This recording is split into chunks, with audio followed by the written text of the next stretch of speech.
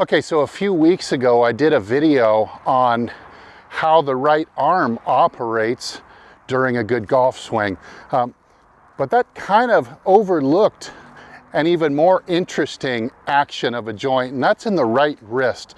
So in this video, let's take a look in detail at all of the different actions and motions that a good golf swing contains when it comes to the right wrist. So don't go away.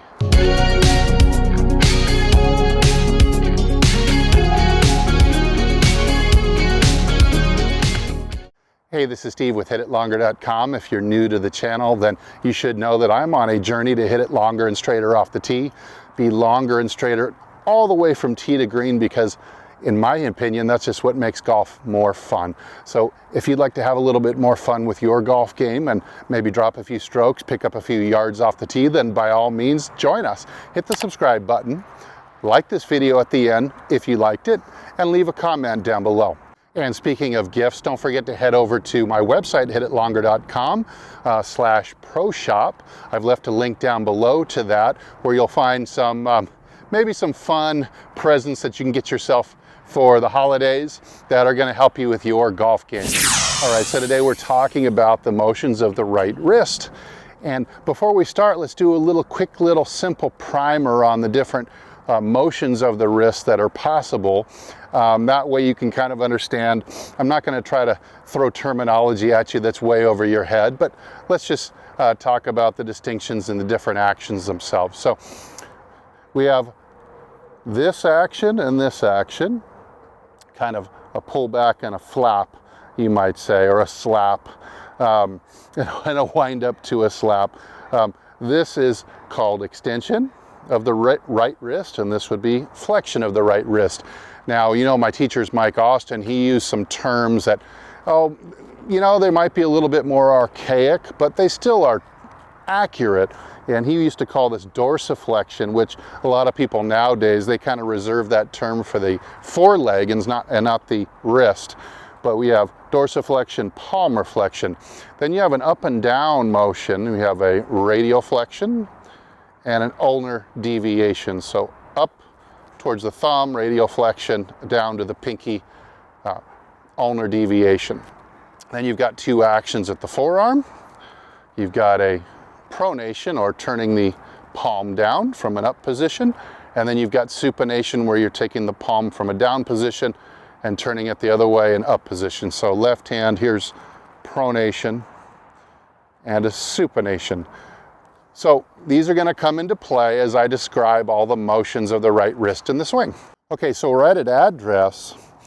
This isn't super important, but you'll be able to see that my right wrist starts in a very, very subtly extended position, or dorsiflex position, in order to position the club properly. But the dorsiflexion, or the extension of that wrist, is going to dominate the first half of the backswing. So as we go back, the only motion I'm going to be making, and it's going to start right as about my hand reaches my thigh or my right hip, and that's going to be just simply, I'm going to pin that thing back into extension as far as I can go this way as I work my way up. Now we get to about the halfway point, and the club starts to turn the corner and get behind us, the point at the target. And this is where we're going to have two actions that are going to kind of join the extension of the wrist. Number one, we're going to get a radial flexion in addition to because you can do both actually. So we're going to have a radial flexion added on to the extension. At the same time we're doing that, from about halfway back to the top of the swing, we're also going to get a pronation assisted by the internal rotation of the upper arm. So it's going to kind of assist, and kind of the whole arm is going to roll about 45 degrees or so. So it's extension, get to about here. Now I'm going to start to do this, or radial flex, and rotate the arm this way about 45 degrees. And that gets us to the top. Let's do it from this angle. You have extension.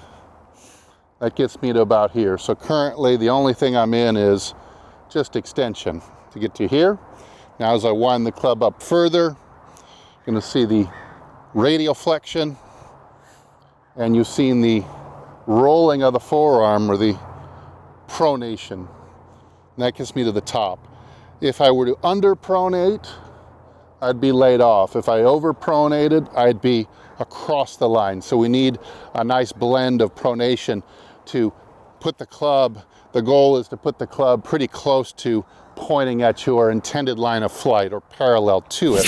Okay, so now that we're fully wound up with the right wrist and forearm at the top, and we're really ready to spring the power down into the ball with the right wrist, we're going to do pretty much a reversal in the same order of everything that we did in the backswing.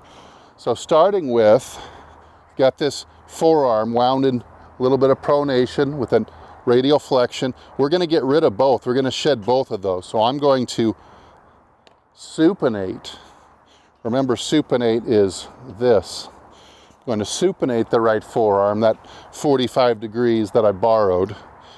As I start swinging the club out of radial flexion and starting to go down into ulnar deviation. So the wrist was turned up like this at the top.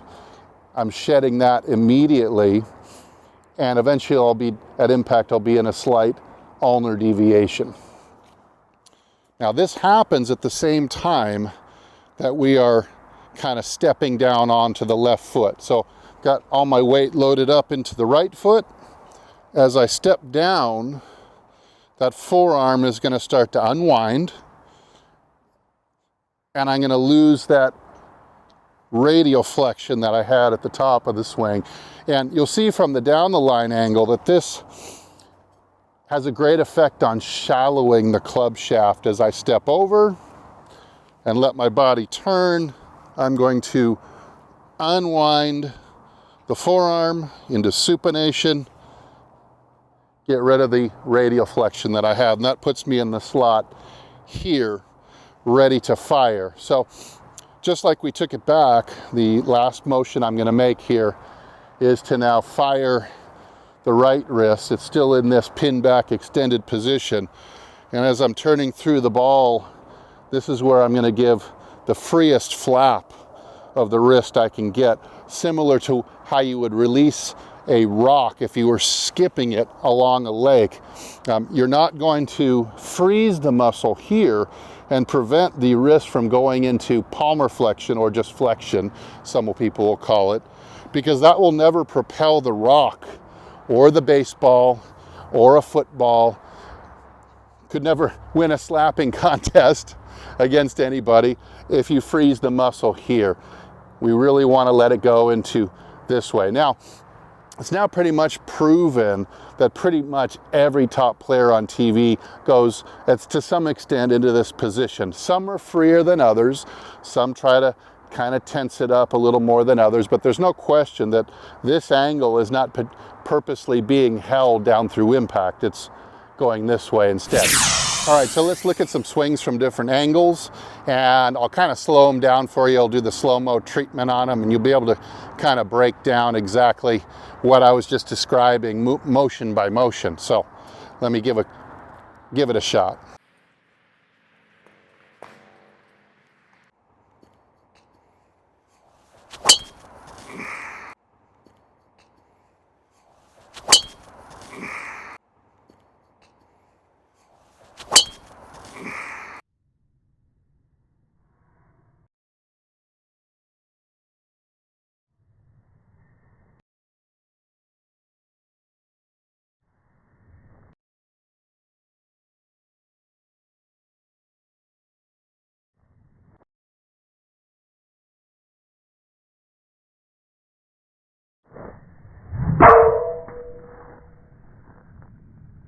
All right, let's do a look from down the line now. And again, I'll slow it down, and you see if you can pick up these individual actions that I'm making throughout the swing.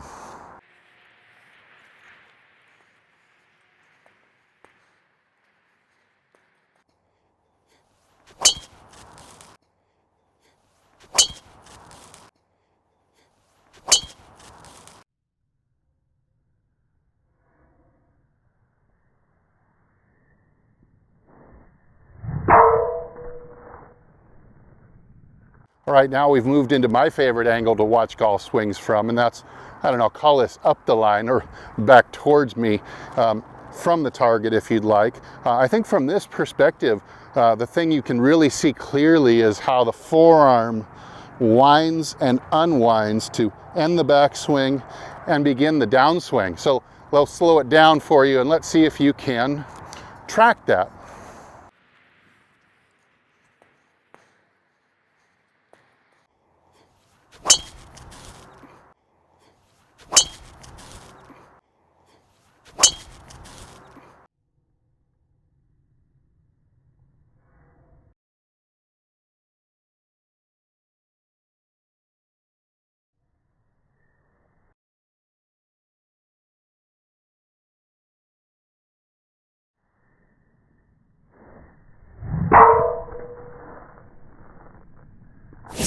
All right, and here we are back at our original face-on angle, and because we're not quite done, we still have actions of the right wrist after impact. So let's describe those. Now at impact, the wrist is getting pretty neutral here.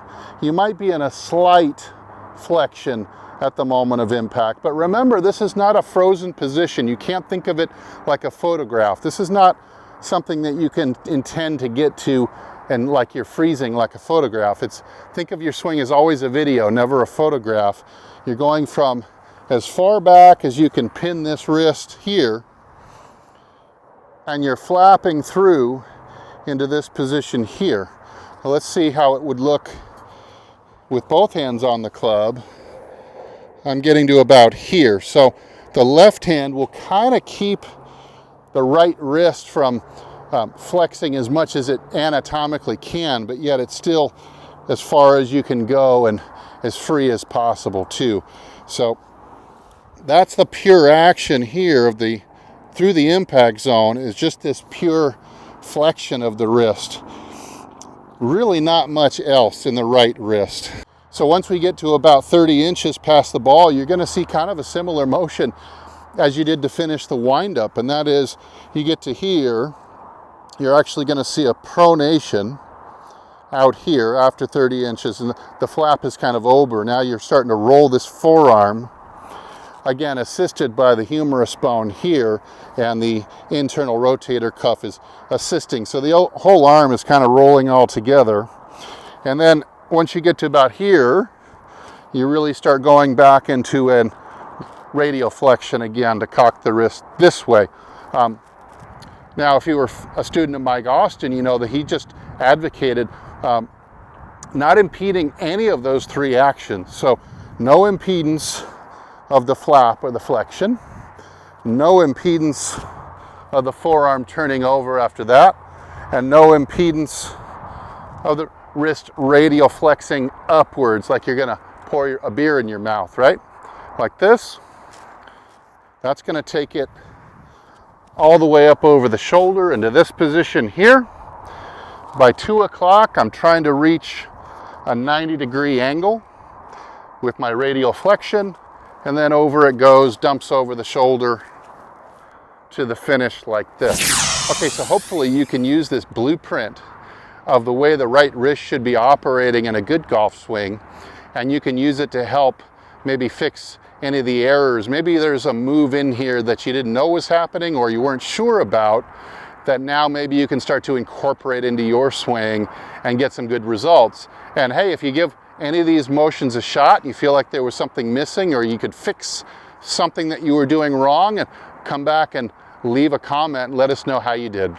Hey, thanks again for watching and helping my channel grow so fast. I really appreciate it. Thanks to Golf Development Complex in Moore Park, California, for such beautiful scenery. And as usual, if I don't see you in the next video, I hope I see you long and straight down the fairway. Take good care.